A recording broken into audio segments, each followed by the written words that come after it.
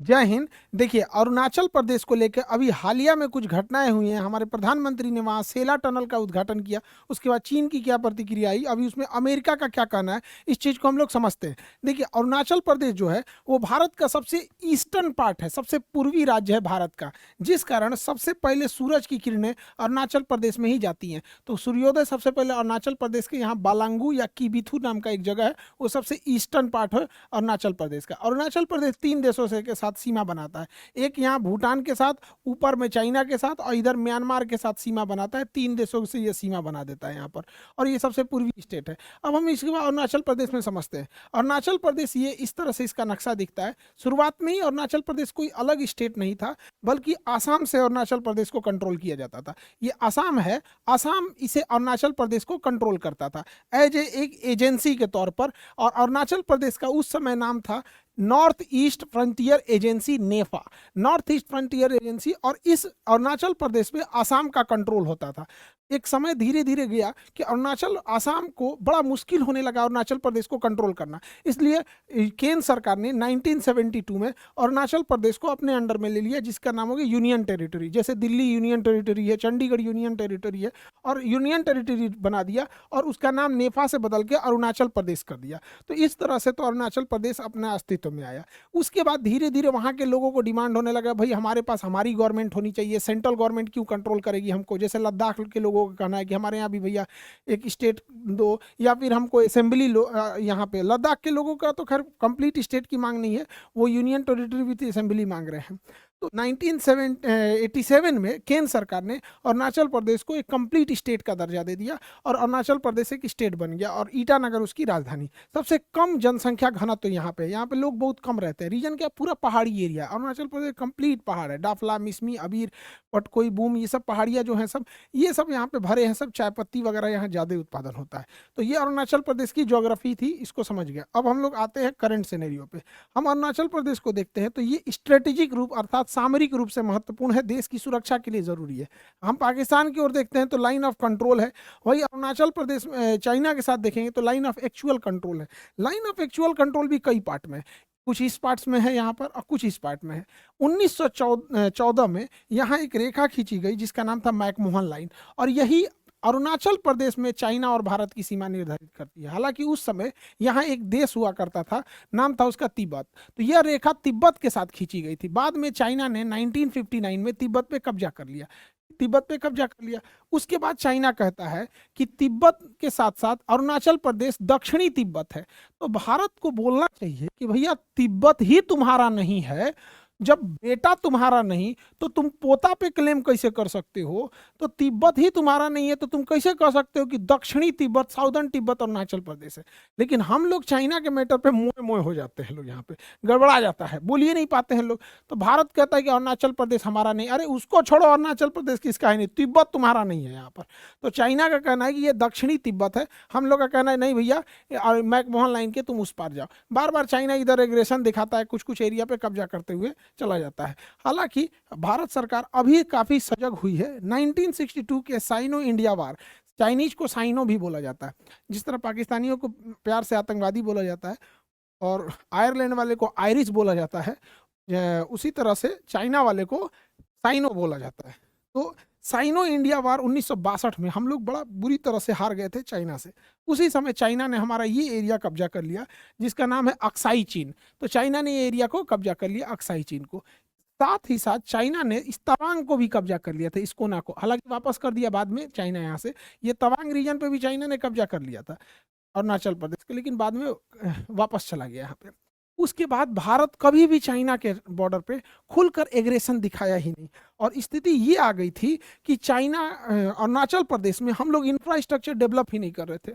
और हमारे एक पहले मनमोहन सिंह के समय रक्षा मंत्री होते थे ए के एंटनी, उनका कहना था कि हम लोग इसलिए यहाँ सड़कें अच्छी नहीं बताते कि चाइना आ जाएगा। अब सोचिए कि हमारे रक्षा मंत्री इस तरह का बयान देने लगेंगे कि सड़कें अच्छी रहेंगी तो चाइना घुस जाएगा।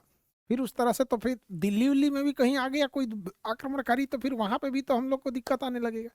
बाद में गवर्नमेंट ने इंफ्रास्ट्रक्चर पे काम करना चालू किया अरुणाचल प्रदेश में, ताकि सेना को किसी भी विकट परिस्थिति में बहुत तेजी से मोबिलाइज किया जा सके। और हम लोग 1962 में यहाँ इसीलिए हार गए थे कि चाइना की फौज वहाँ बहुत तेजी से पहुंच गई थी और हमारी फौज ही नहीं जा पाई थी यहाँ पे। इसलिए अरुणाचल प्रदेश में उसका पहला एयरपोर्ट मिल गया कमर्शियल एयरपोर्ट के तौर पर, जिसे होलोंगी एयरपोर्ट कहते हैं। हालांकि इसी का नाम डोनी पोलो एयरपोर्ट भी है। तो डोनी पोलो एयरपोर्ट कहिए या होलोंगी एयरपोर्ट कहिए, यहाँ उसका पहला कमर्शियल एयरपोर्ट मिल गया अरुणाचल प्रदेश को। इससे क्या है, सेना हम लोग इजीली पहुंचा सकते हैं।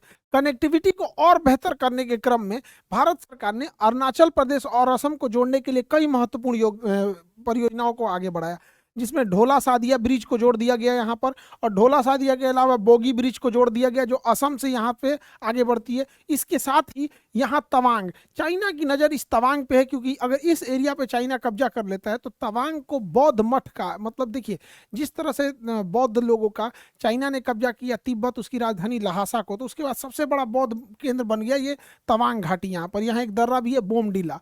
तो चाइना को सोचता है कि इस एरिया पे कब्जा किया जा सके। इन फ्यूचर अगर लड़ाई भी होगी चाइना से तो इसी एरिया में सबसे ज्यादा देखने को मिलेगी। तो यहाँ से ना असम से जब सेना जाती थी तो इस रास्ते में 12 घंटे समय लगते थे। अब आप बताइए युद्ध की स्थिति में 12 घंटा में सड़कें लगेंगी तो हालत खराब हो जाएगा, क्योंकि यहाँ बड़े बड़े पहाड़ थे।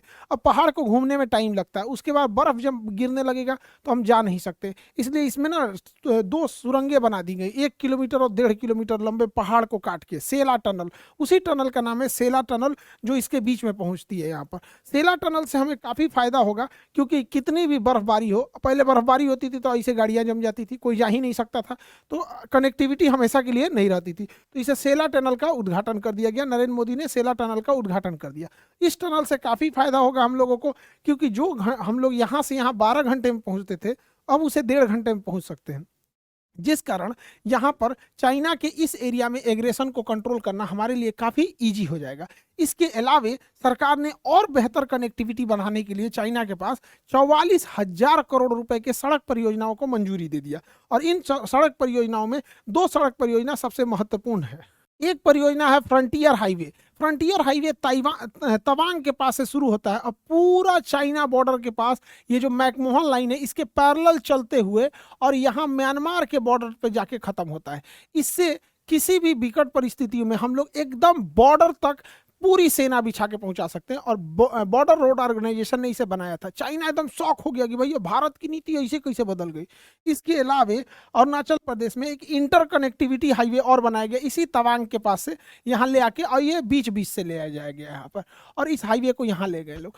इससे क्या है, कनेक्टिविटी बढ़ गई। और अरुणाचल प्रदेश में कनेक्टिविटी एकदम बेहतर होने की वजह से वहाँ पब्लिक भी नहीं रहती है, तो सड़कें क्या है 2 लेन ही बहुत एनफ है सेना के आने जाने के लिए यहाँ पे। और ये पूरे 12 मासी ये सड़कें खुली रहेंगी, जिस वजह से विकट परिस्थिति में हम वहाँ मोबिलाइजेशन बहुत तेज कर देंगे। लेकिन इससे क्या हुआ, चाइना को दिक्कत होने लगा।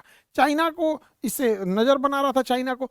अब ये सड़कें बेहतर हुई तो इसका नतीजा क्या हुआ कि जितने भी बड़े बड़े शहर थे, जैसे मुंबई हो गया, बेंगलोर, चेन्नई, दिल्ली, तो यहाँ जितनी महंगी गाड़ियाँ थी, स्पोर्ट्स कार थे, सड़क कंजेशन की वजह से ये लोग चला ही नहीं पाते थे। तो ये सारी गाड़ियाँ लेके लोग अरुणाचल प्रदेश पहुँचने लगे। और अरुणाचल प्रदेश का एक जगह है डॉम्बुक, यहाँ पर इन गाड़ियों से लोग रेस लगाने लगे। और ये देखते देखते अरुणाचल प्रदेश का डॉम्बुक शहर एक नेशनल लेवल का स्पोर्ट्स सेंटर होते चला गया। अब चाइना देखा कि भैया ये तो अरुणाचल प्रदेश को कोई पूछ ही नहीं रहा था, अचानक से इतना हब कैसे हो गया। अब चाइना परेशान हो गया। चाइना कहता है कि भारत को कोई अधिकार नहीं है अरुणाचल प्रदेश में इस तरह का डेवलपमेंट करने का यहाँ पर। तो भारत सरकार करे भैया हम तुमसे तो पूछ के करने वाले नहीं है, यहाँ पे तुम चिल्लाते रहो यहाँ पर अरुणाचल प्रदेश में। तो भारत सरकार इस पे और तेजी से काम कर रही है। अब अमेरिका का क्या कहना है, अमेरिका का कहना है कि अरुणाचल प्रदेश भारत का एक अभिन्न भाग है। तो अमेरिका इस बात पे कह रहा है कि हमारा अभिन्न भाग है यहाँ पर। हालांकि अमेरिका के कहने या न कहने से हम किसी के अभिन्न भाग नहीं हो जाते, क्योंकि यही अमेरिका वाले हैं जो पाकिस्तान के कहने पर पीओके में जाके घूम के आते हैं। जबकि उनसे कहिएगा कि बोलिए कि पीओके भारत का भाग है, तो वो दोनों ओर से चलते हैं। इसलिए अमेरिका पे विश्वास नहीं करना चाहिए। अमेरिका की दोस्ती से, दुश्मनी से ज़्यादा खतरनाक दोस्ती होती है। वो नहीं गाना है, आपकी दुश्मनी कबूल मुझे, आपकी दोस्ती से डरता हूँ। अंग्रेजी में कहावत कहा जाता है कि enemy of America is bad but the friend of America will lethal. बड़ी खतरनाक होता है इन शो का। ये केवल हम लोग को तो एशिया वालों को देखना नहीं चाहते अमेरिका वाले, हालांकि कह रहा है अच्छी बात है यहाँ पर कि अरुणाचल प्रदेश हमारा है, नहीं वो कहेगा तो हमारा ही रहेगा यहाँ पर अरुणाचल प्रदेश। अरुणाचल प्रदेश को चाइना टाइम टाइम पे टॉर्चर करने के लिए स्टेपल वीजा देता है। अभी चाइना में एक गेम हो रहा था वहां पे, यूसु चैंपियनशिप वहां पे, तो अरुणाचल प्रदेश से कुछ खिलाड़ी चाइना जा रहे थे। तो अरुणाचल प्रदेश से खिलाड़ियों को जाना था, तो चाइना ने अरुणाचल प्रदेश के खिलाड़ियों को वीजा ना देके स्टेपल्ड वीजा दिया, जिस वजह से भारत ने कहा कि हम अपने खिलाड़ियों को नहीं भेजेंगे। अब ये स्टेपल्ड वीजा क्या होता है समझिए ध्यान से। स्टेपल्ड वीजा को समझने से पहले हम ये समझते हैं कि विदेश कैसे जाते हैं। एयरपोर्ट का हल्का सा स्ट्रक्चर समझते हैं कि एयरपोर्ट जो होता है उसका जो जहाँ हम लोग एंट्री करते हैं वो टर्मिनल बिल्डिंग होती है। तो ये पूरी जो बिल्डिंग दिख रहा है ये है टर्मिनल बिल्डिंग।